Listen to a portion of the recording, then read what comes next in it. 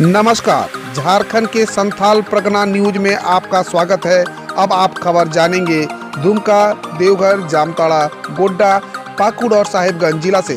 आप न्यूज को किस गांव या शहर से देख रहे हैं, हमें कमेंट में जरूर बताएं। वीडियो को शुरू करने से पहले आज का लाइक एम 50 रखते हैं। उम्मीद है आप इसे पूरा कर देंगे। तो चलिए जानते हैं शाम तक का मुख्य समाचार।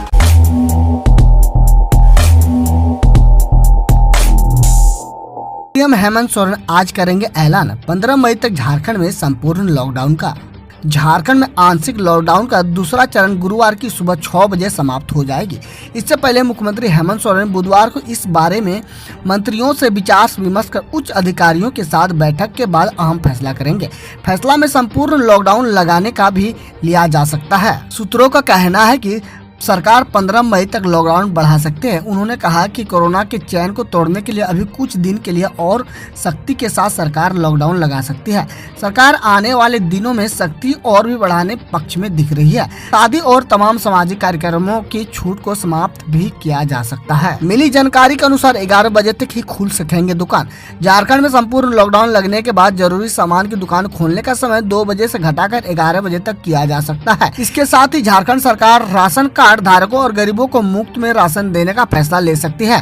आवश्यक सेवाओं को छोड़कर पूर्ण प्रतिबंध लगाने की तैयारी में जुटी हेमंत सरकार शादी विवाह के लिए नए नियम बना सकती है।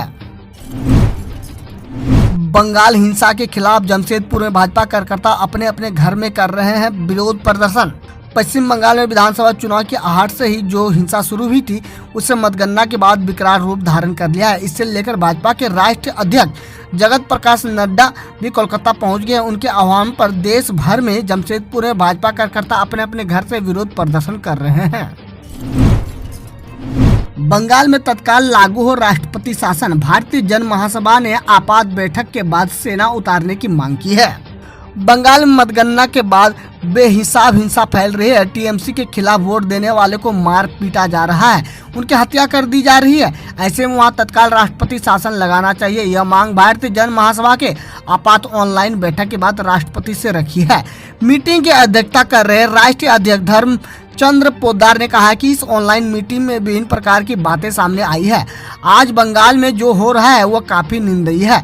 टीएमसी के खिलाफ वोट देने वाले की दुकानों को लूटा जा रहा है, महिलाओं को घर से खींचकर बाहर निकाला जा रहा है, उनसे अमानवीयता कृत्य किया जा रहा है, बच्चों को जान से मार दिया जा रहा है, पशु तक को नहीं छोड़ा जा रहा है। हिंसा का जो तांडव वहां हो रहा है उस पर उपस्थित सदस्यों ने काफी आक्रोश व्यक्त किया है। बैठक में यह निर्णय लिया गया है कि राष्ट्रपति से मांग की जाए कि बंगाल में शपथ ग्रहण के पूर्व ही तत्काल प्रभाव से राष्ट्रपति शासन लगाया जाए और वहां सेना भेजकर शांति स्थापित की जाए। तमाम खबरों के लिए आप हमसे जुड़े रहें। इनमें से आपके लिए कौन सा खबर महत्वपूर्ण रहा, कमेंट सेक्शन में कमेंट कर आप हमें जरूर बताएं। हो सके तो इस खबरों को लोगों में ज्यादा से ज्यादा शेयर करें। विकास की राह पर विद्यार्थी। ऑनलाइन पढ़ाई में इंटरनेट व मोबाइल तो बाधा थी ही, अब तक किताब भी नहीं मिल पाई है। सरकारी स्कूलों में पढ़ाई कर रहे करीब 1 लाख छात्र छात्राओं के पास एंड्रॉइड मोबाइल नहीं है। ऐसे में ये 60% अधिक बच्चे कैसे ऑनलाइन पढ़ाई करेंगे। पिछले सत्र 2020-21 के तहत यह सत्र भी बगैर पढ़ाई के बीत जाएगी। बहुत अभिभावक के पास स्मार्टफोन तो है पर उनके पास पर्याप्त डाटा नहीं है, यह भी एक परेशानी का कारण है। पिछले सत्र की बात करें तो जिले के सरकारी विद्यालयों में पढ़ने वाले महज 40% बच्चे ही ऑनलाइन पढ़ाई का लाभ ले पाए थे। छात्रों की दिलचस्पी बढ़ाने के लिए प्रत्येक सप्ताह ऑनलाइन क्विज की भी शुरुआत की गई थी। मौजूदा इसके उपस्थिति प्रतिशत में बढ़ोतरी नहीं हो पाई। पिछले सत्र 25वें सप्ताह ऑनलाइन क्विज में धनबाद जिले के छात्रा की उपस्थिति 74,000 थी। यह खबर है साहिबगंज से। महिला थाना प्रभारी आत्महत्या प्रकरण में ऑडियो वायरल, सच पता लगाने में जुटी है पुलिस। साहिबगंज महिला थाना प्रभारी रूपा तिर्की के आत्महत्या की गुत्थी को सुलझाना पुलिस के लिए बड़ी चुनौती बन गई है। इस मामले में ट्विस्ट पर ट्विस्ट सामने आ रहा है। रूपा ने 3 मई की शाम सरकारी क्वार्टर में फांसी लगाकर आत्महत्या कर ली थी। इसके बाद रूपा की मां ने 2 महिला दरोगा पर अपनी बेटी को प्रताड़ित करने का आरोप लगाते हुए प्राथमिकी दर्ज कराई। दोनों महिला दरोगा रूपा की बैचमेट बताई जा रही है। इस बीच एक ऑडियो वायरल हो रहा है। इस ऑडियो में रूपा द्वारा आत्महत्या की धमकी दिए जाने की चर्चा हो रही है। इसमें 2 व्यक्तियों के बीच बातचीत हो रही है। इसमें एक के रूपा के पिता और दूसरे उसके प्रेमी के होने की चर्चा है। हालांकि ऑडियो की पुष्टि नहीं करता है। साहेबगंज पुलिस अनुसंधान का एक बिंदु ये ऑडियो भी मान रहा है। बातचीत में युवक रूपा को समझाने की बात कहता है ताकि वो आत्महत्या जैसी कोई कदम न उठा पाए। झारखंड के लोहरदगा में स्वास्थ्य सुरक्षा सप्ताह नियमों के उल्लंघन पर मॉल समेत 3 दुकानें हुई सील। कोविड-19 के बढ़ते संक्रमण को नियंत्रित करने के लिए स्वास्थ्य सुरक्षा सप्ताह के फेज 2 के तहत राज्य भर में आंशिक लॉकडाउन लगे हैं। इस बीच जरूरी सेवाओं की दुकानों को खोलने की छूट दी गई है। इसमें दवा दुकान, किराना दुकान, सब्जी दुकान, पेट्रोल पंप आदि को कुछ शर्तों के साथ खोलने की छूट दी गई है। अन्य सभी तरह की सेवाओं पर प्रतिबंध लगाया गया है। बावजूद लोहरदगा शहरी क्षेत्र के कुछ दुकानदार अपनी दुकानों को बाहर से ताला बंद कर अंदर से बिक्री कर रहे हैं। इसकी शिकायत मिलने पर नगर परिषद के कार्यपालक पदाधिकारी देवेंद्र कुमार और सदर अंचलाधिकारी परमेश कुशवाहा ने उन दुकानों पर अचूक छापेमारी की। इस छापेमारी अभियान में शहर के विभिन्न स्थानों पर कुछ दुकानदारों द्वारा बाहर से दुकान में ताला लगाकर ग्राहकों को दुकान के भीतर रखकर सरकार द्वारा प्रतिबंधित किए गए सामानों की बिक्री की जा रही थी, जो पकड़ी गई। इस पर अधिकारियों ने तत्काल कार्रवाई करते हुए 3 दुकानों को सील कर दिया है, जबकि एक दुकानदार से 5000 रुपया का जुर्माना वसूलने के साथ सील करने की कार्रवाई अपनाई गई है। कालाबाजारी पर लगाम जरूरी है। रांची में 75,000 रुपये में बेचा जा रहा था 6 रेमडेसिविर इंजेक्शन। 2 युवक हुए हैं गिरफ्तार। कालाबाजारी धड़ल्ले से हो रही है। पुलिस ने मंगलवार को भी बिरसा चौक पर हवाई नगर रोड नंबर 2 युवकों को गिरफ्तार किया है। 6 रेमडेसिविर इंजेक्शन बरामद किया है। दोनों ने इसके लिए 75,000 में सौदा तय किया था। गिरफ्तार युवकों ने बताया कि वह इसे कोलकाता से लाया था। दरअसल एक जरूरतमंद व्यक्ति ने उन दोनों में से रेमडेसिविर के लिए संपर्क किया था। इसका दाम ज्यादा बताने पर उसने एसएसपी से संपर्क साधा। एसएसपी ने इंस्पेक्टर ममता कुमारी को बिरसा चौक भेजा। जब इंस्पेक्टर वहां पहुंची तो अभिषेक कुमार कार में बैठकर ग्राहक का इंतजार कर रहा था। उसके साथ बाइक पर गुलशन कुमार उर्फ अमन भी था। पुलिस ने दोनों को गिरफ्तार कर लिया। राज्य में 15 तक शुरू होगा 18 से ऊपर वाले का टीकाकरण। झारखंड में 15 मई तक 18 से 44 साल के युवकों का कोरोना वैक्सीन शुरू हो जाएगा।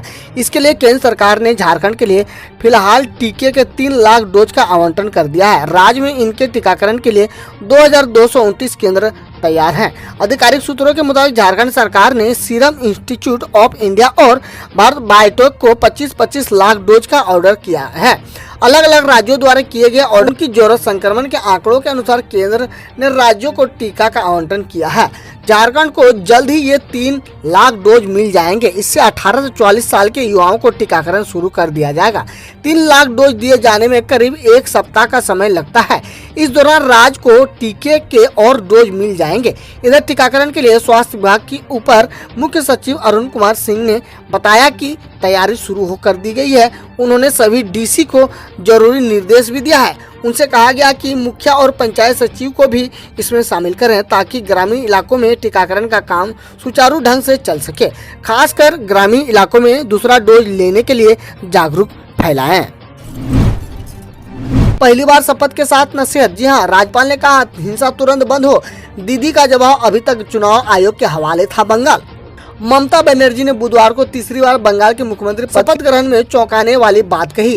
राज्यपाल जगदीप धनखड़ की हिदायत और उस पर बंगाल की सीएम का रिएक्शन। शपथ ग्रहण के बाद धनखड़ ने ममता को समझाते हुए कहा कि राज्य में जारी हिंसा तुरंत बंद होनी चाहिए। इसके बाद ममता ने कहा कि अभी राज्य की व्यवस्था चुनाव आयोग के पास थी, अब मैं नई व्यवस्था शुरू करूंगी। बाजारों में शारीरिक दूरी की उड़ रही हैं धज्जियां। यह खबर है जामताड़ा से। कोविड-19 वायरस के खतरे को रोकने के लिए तमाम नियम कानून लगाए हैं। लोगों को माइकिंग कर मास्क लगाने व दूरी बनाए रखने की जागरूकता किया जा रहा है। बावजूद लोग अपनी आदत से लाचार हैं। दूरी का अनुपालन न कर खुद के साथ दूसरों को संक्रमित करने की कोशिश से बाज नहीं आ रहे हैं। हाट बाजार में, मनिहारी दुकानों व बैंकों के सामने लोग कोरोना के खतरे को दरकिनार कर लोग दूरी मिटाकर पास खड़े हो जा रहे हैं। ऐसा नहीं है कि इससे उनका जल्दी हो जाएगा और वहां दूरी बनाए रखने में जगह की कमी होती है, पर लोग संक्रमण को हल्के से ले रहे हैं। मंगलवार को मिहिजाम शहर में लगने वाले साप्ताहिक हटिया में दूरी का उल्लंघन खुलकर देखा गया। हम रोज़ ऐसे ही न्यूज़ लाते रहेंगे। तो यदि आपने अभी तक क्लीन न्यूज़ को सब्सक्राइब नहीं किया है तो पहले फटाफट सब्सक्राइब कर लें, साथ ही बेल आइकन को दबा दें ताकि कोई अपडेट मिस ना हो।